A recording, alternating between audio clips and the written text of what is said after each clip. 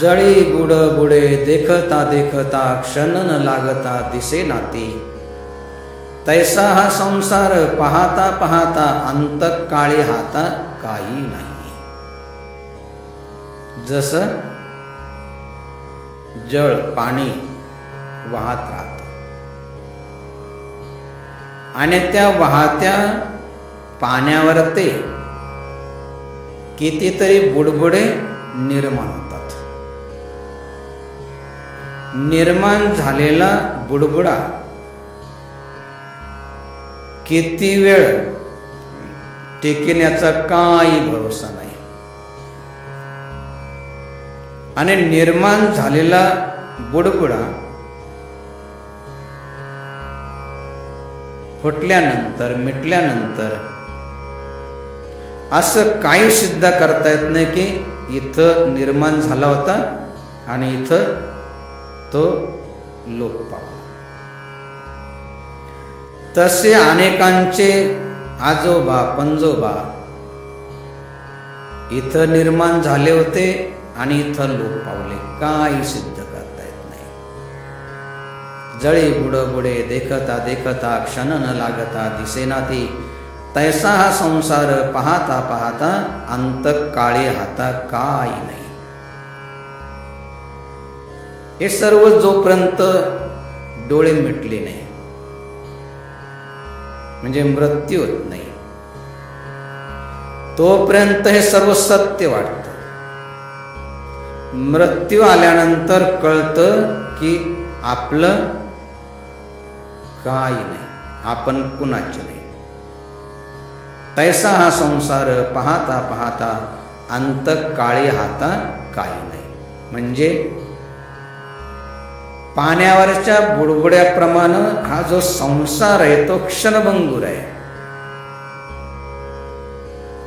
अजून हे सर्व क्षणभंगुरता संसाराची कळावी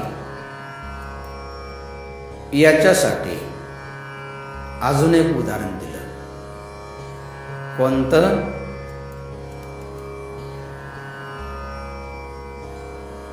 गारुड्याचा खेळ दिसे क्षणभर,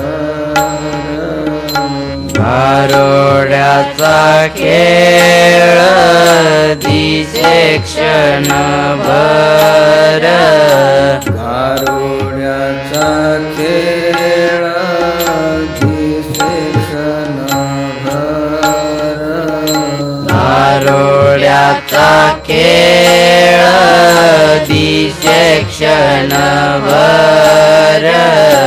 तैसा हा संसार दिसे खरा, तैसा हा संसार दिसे खरा, तैसा हा संसार दिसे खरा.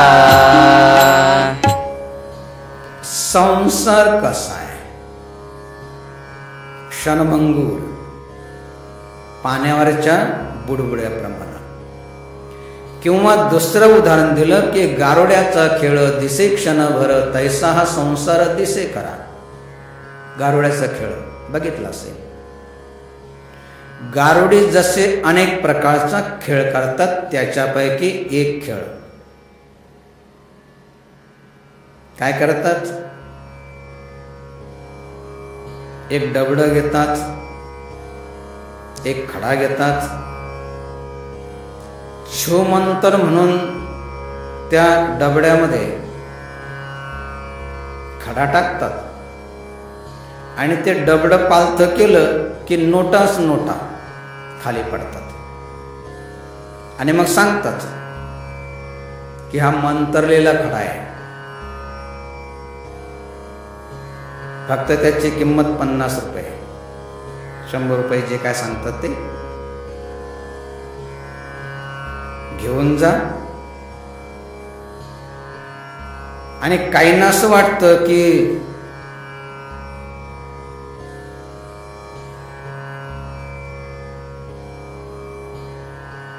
तो खराच वाटतो. काही काही तो घेतातही, घरी नेतात. श्रीमंत म्हणून म्हणण्यासाठी एखादा खडा घेतात, किंवा तो असतोच तो खडा, मंतरलेला खडा. बाहेर जाण्याचं कोणी एखादं डबडं घेतात आणि तो मंतरलेला खडा त्या डबड्यामध्ये टाकतात. पालथं केल्यानंतर खडाच खाली पडतो, एकही पैसा पडत नाही. आणि मग कळतं की अरे तो काही खरा नाही. परंतु जोपर्यंत खेळ चालू आहे तोपर्यंत गारुड्याचा खेळ सर्व खराच दिसतो, पण खरं त्याच्यामध्ये काहीच नसतं. गारुड्याचा खेळ दिसे क्षणभर, तैसा हा संसार दिसे खरा. परंतु हे सर्व खरं भासतं, खरं वाटतं, परंतु या संसारामध्ये खरं सत्य काहीच नाही. म्हणून नामदेव महाराज सांगतात, नाम म्हणे येथे काही नसे बरे, नाम म्हणे येथे काही नसे बरे, नाम म्हणे येथे काही नसे बरे, नाम म्हणे येथे काही नसे बरे, क्षणाचे हे सर्व खरे आहे, क्षणाचे हे सर्व खरे आहे, क्षणाचे हे सर्व खरे आहे. नामा म्हणे येथे काही नसे बरे, क्षणाचे हे सर्व खरे आहे. खरे म्हणजे खरं वाटतं. गारुड्याचा खेळ दिसे क्षणभर, तैसा हा संसार दिसे खरा. नामा म्हणे येथे काही नसे बरे, क्षणाचे हे सर्व खरे आहे. सांगायचं तात्पर्य की मृगजळाप्रमाणे मिथ्या आहे, पाण्यावरच्या बुडबुड्याप्रमाणे क्षणभंगूर आहे. किंवा सुरुवातीला सांगितलं होतं की उमा कहे उमय अनुभव आपणा, सत हरि भजन जगत सब सपना. हे संपूर्ण जगत स्वप्नाप्रमाणे मिथ्या आहे. स्वप्नवत संसार माना हा निर्धार, अशाश्वत जाणार छाया जैसी. जशी आभाळाची सावली, आभाळाची म्हणजे ढगाची सावली जसे नेहमी राहत नाही, तसं या संसारामध्ये नेहमी काहीच राहत नाही. किंवा स्वप्नवत संसार माना हा निर्धार, स्वप्नाप्रमाणे मिथ्या आहे. जसं स्वप्नामधलं काही सत्य नसतं.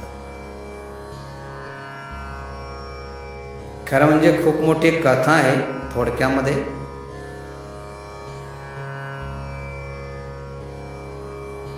स्वप्नाप्रमाणे हा संसार आहे जर जाणून घेतलं, आपण मुक्त होऊन जाण याच्यासाठी ती कथा थोडक्यामध्ये होईना का पण सांगणं गरजेचं आहे. जनक महाराज दुपारी थोडीशी वामकुक्षी म्हणजे डाव्या कुशीवर ते झाल्यानंतर थोडेसे पडले होते. तेवढ्यामध्ये थोड्या वेळानंतर त्यांच्या लक्षात आलं की जो प्रतिद्वंदी शत्रू राजा त्यानं स्वारी केली, काही सैन्य मारल्या गेले, काही पळून गेले. त्याच्यामध्ये जनक महाराजांना पकडल्या गेलं. पकडल्यानंतर त्या शत्रू पक्षाच्या राजांना सांगितलं की राजन, मी तुला जीवदान देतो, तुझी हत्या नाही करत, परंतु त्याच्यासाठी एक शर्त आहे. 3 दिवसाच्या आत ही जी राज्याची सीमा आहे याच्या बाहेर तो चालल्या जा, तर तुला जीवदान मिळेल.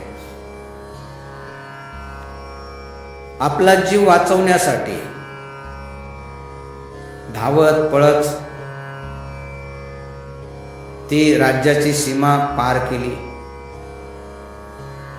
सर्व जनतेला आदेश दिला होता की जो कोणी जनक महाराजांना आश्रय देईन किंवा अन्न पाणी देईन त्याचा शिरच्छेद करण्यात येईल. मरणाच्या भयानं त्या राजाला कोणी पाणी पाजलं नाही, कोणी जेवण दिलं नाही. राजा येतोय असं कळता क्षणी सर्व दरवाजे बंद करून घ्यायचे.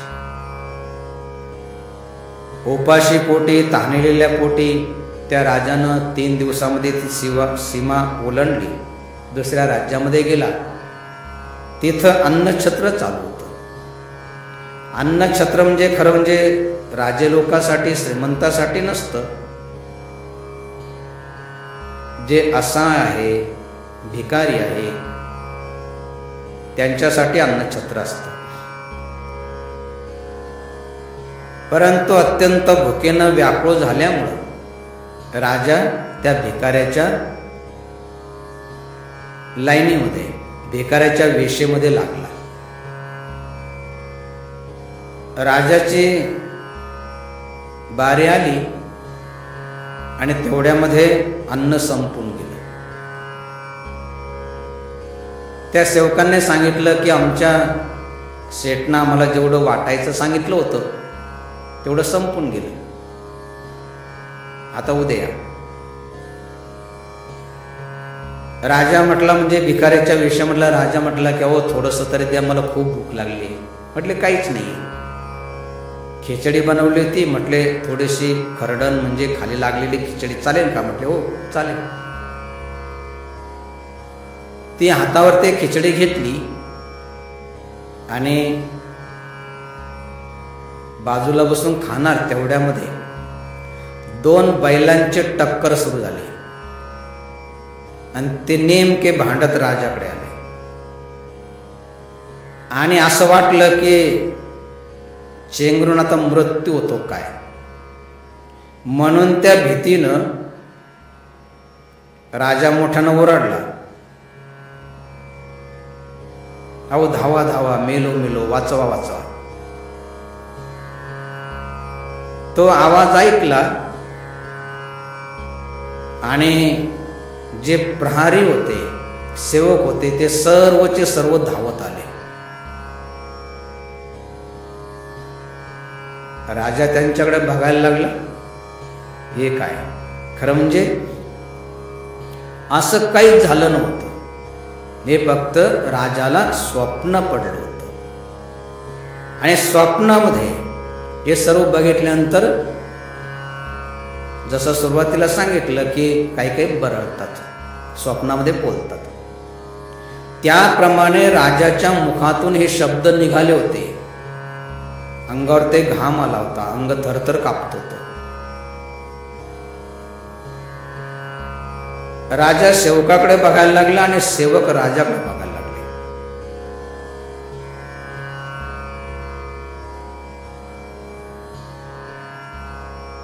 परंतु राजानं ते सत्य सांगितलंच नाही की असं असं स्वप्न पडलं होतं. कदाचित यांना ते सांगितलं तर हे म्हणतील की असं ते सत्य तर होणार नाही, जातील निघून, काय सांगावं.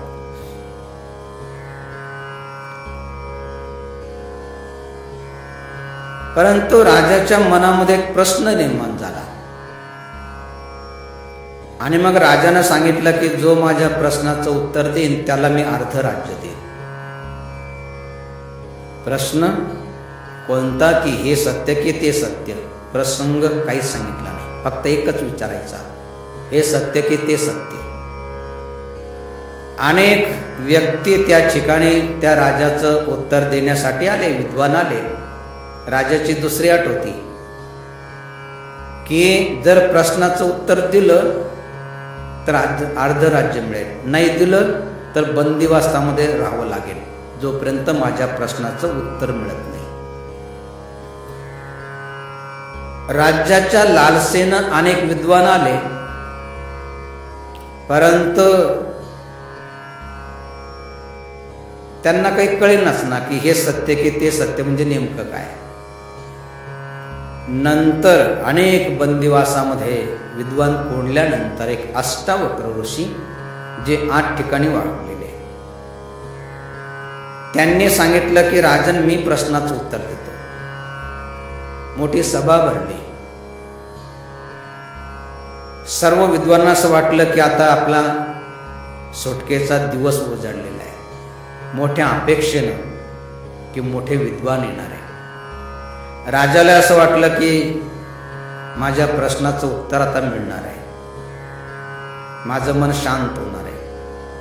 मोठी सभा भरली आणि त्या ठिकाणी अष्टावक्र म्हणजे 8 ठिकाणी वाकलेले. ज्यावेळेस त्यांनी प्रवेश केला, थोडस जरी पाय लंगडा असलं तर कसा व्यक्ती चालतो माहिती आहे. ते तर 8 ठिकाणी वाकलेले. त्यांनी आत प्रवेश केला आणि सर्वचे सर्व मोठमोठ्यानं हसायला लागले. त्यांची ती अवस्था, चालण्याची पद्धत बघून सर्वचे सर्व हसायला लागले. सर्व हसायला लागले तर राजा हसायला लागला आणि राजा विद्वान हसायला लागले तर अष्टावक्र तर त्याच्यापेक्षाही मोठ्यानं हसायला लागले. ज्यावेळेस अष्टावक्र हसायला लागले तर राजाला मोठं आश्चर्य वाटलं. सर्वांनाच आश्चर्य वाटलं तसं की एखाद्याची विक्षिप्त अवस्था बघून जर हसलं कोणी त्याला किती राग येतो माहिती सर्वांना. आणि एवढे हसल्यानंतर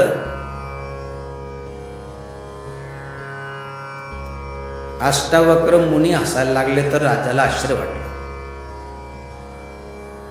राजा म्हटला की हे मुनी, हे विद्वान का हसले मला माहित आहे की आपली जी विक्षिप्त अवस्था त्यांनी बघितली त्याच्यामुळं हसू आलं. ते हसल्यामुळं मलाही हसू आलं, परंतु आपण का हसलात?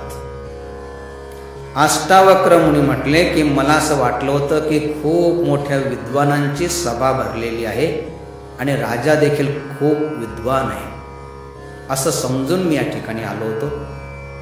परंतु इथं आल्यानंतर बघितलं की राजा एकदम मूर्ख आहे, एकदम मूर्ख आहे. म्हटले का बरं? म्हटले प्रश्नाचं उत्तर देण्यासाठी विद्वान बोलायला पाहिजे होते, परंतु राजानं तर या ठिकाणी सर्व चांभार बनवले, चांभारची सभा बोलवली. विद्वान ऐकून तर सर्व स्तब्ध झाले. म्हणले चांभार? म्हटले हो, ज्यांना कातड्याची परीक्षा असते चांगली त्यांना म्हणतात चांभार, जो कातड्याची परीक्षा करतो. या सर्वांनी माझ्या कातडीची परीक्षा केली, म्हणजे माझं स्वरूप बघितलं, बहिरंग. अंतरंग काय ते तर त्यांनी बघितलंच नाही. ऊस डोंगा परे रस नवे डोंगा, काय भुललासी वरली या रंगा. माझं ज्ञान यांनी बघितलं नाही. बघायला पाहिजे ज्ञान. जाति न पूछियो साधु की, पूछ लीजिए ज्ञान. मोल करो तलवार का, पड़ी रहने दो म्यान. अशा प्रकारे यांनी सर्व माझं स्वरूपच बघितलं, सर्वांनी क्षमा मागितली. आसनावर ते बसवलं आणि विचारलं की मुनी आता सांगा की हे सत्य की ते सत्य आहे. अष्टावक्र मुनीनं जे सांगितलं, ज्याच्यासाठी सर्व कथाभाग सांगितली, तो लक्ष करू काय ऐकायचं आहे. अष्टावक्र मुनीनं सांगितलं की तेही सत्य नाही आणि हे सत्य नाही. म्हटले कसं काय? तेही सत्य नाही आणि हे सत्य नाही. म्हटले ज्यावेळेस भिकाऱ्याची अवस्था होती त्यावेळेस राजाचं काही होतं का तिथं? म्हटले काहीच नाही. भिकारी म्हणजे भिकारीच होतो त्यावेळेस. म्हटले जसं ते स्वप्नातलं भिकार पण टिकलं नाही, ते सत्य नव्हतंच, तसं हे जागृतीतलं राजे पण हे टिकणार नाही, कारण हे सत्य नाहीये. मग आहे काय? स्वप्नवत संसार. हे सर्व स्वप्न चालू आहे, सर्व सत्य भासतंय, परंतु आहे सर्व मिथ्या.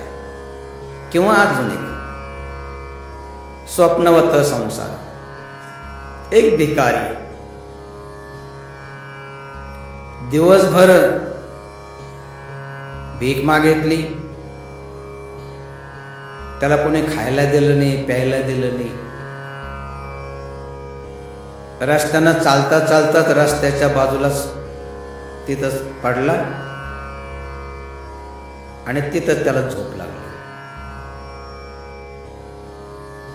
फाटकी तुटकी गोधडी अंगावरती घेतली, थाळी जिच्यात काहीच नव्हतं बाजूला ठेवलं आणि झोपला. झोपल्यानंतर काय त्याचं भाग्यच म्हणावं, कारण काही काहीला स्वप्न देखील चांगले पडत नाही. त्या भिकाऱ्याला स्वप्न पडलं. स्वप्नामध्ये तो राजा झाला, त्याची मिरवणूक निघाली. अन्नदाता की जय होऊन त्याचा जय जयकार करायला लागले. हजारो दासदासी त्याच्या सोबत चालायला लागले. स्वर्णाचं छत्र त्याच्या शिरावर ते पकडलेलं. मोठी मिरवणूक लागली, हत्ती वगैरे सर्व. खूप चांगला रथ त्याच्यातून बसलेला.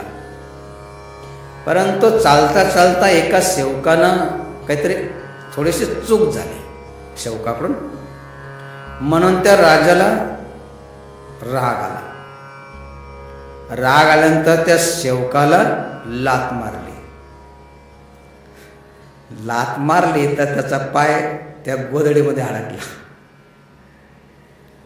गोधडीमध्ये अडकला तर त्याला जाग आली. आणि जाग आल्यानंतर बघतो की तिथं रथही नाही, सेनाही नाही, जय जयकार करणारे कोणी नाहीये. फाटकी तोटकी तेच गोधडी आहे आणि बाजूलाच एक थाळी पडलेली त्याची, त्याच्यामध्ये काही खायला नाही ना काय नाही. सांगायचं तात्पर्य स्वप्नवत संसार माना हा निर्धार, अशाश्वत जाणार छाया जैसी.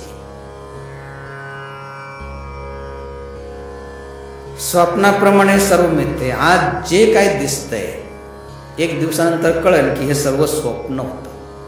रात्री जे काय स्वप्नामध्ये दिसतं जागा झाल्यानंतर कळतं की सर्व स्वप्न आहे. काही मिळालं नाही, आपण कोणाचे नाही, आपलं कोणी नाही. सांगायचं तात्पर्य हा संसार जो आहे मृगजळाप्रमाणे मिथ्या आहे. पाण्यावरच्या बुडबुड्याप्रमाणे क्षणभंगूर आहे. स्वप्नाप्रमाणे हा सर्व संसार आहे. संसार कसा आहे हे आपण जाणून घ्यायचं आहे. हा संसार जो आहे अनेकांनी ज्यांच्या त्यांच्या अनुभूतीनं या संसाराचं वर्णन केलं.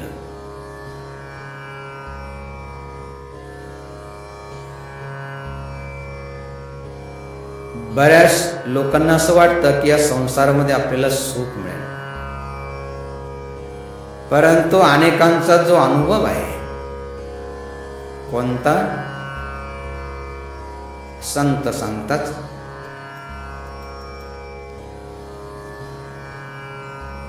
सुख अनुमात्र नाही पा संसारी, सुख अनुमात्र नाही पा संसारी, सुख अनुमात्र नाही पा संसारी, सुख अनुमात्र नाही पा संसारी, सदा हाव भरे रात्रंदिन, सदा हाव भरी रात्रंदिन, सदा हाव भरी रात्रंदिन, सुख अनुमात्र नाही पा संसार. या संसारामध्ये अनुमात्र सुख नाही.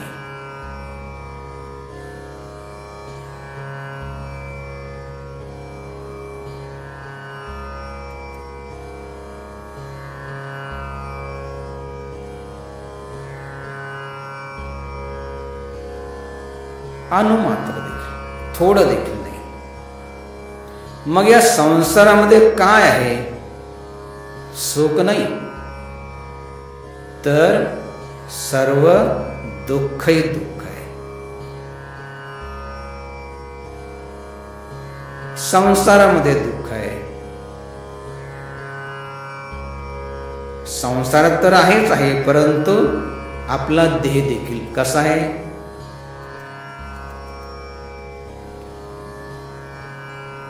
दुःख रूप देह, दुःखाचा संसार, दुःख रूप देह, दुःखाचा संसार, दुःख रूप देह, दुःखाचा संसार, दुःख रूप देह, दुःखाचा संसार, सुखाचा विचार नाही कोठे, सुखाचा विचार नाही कोठे, सुखाचा विचार नाही कोठे.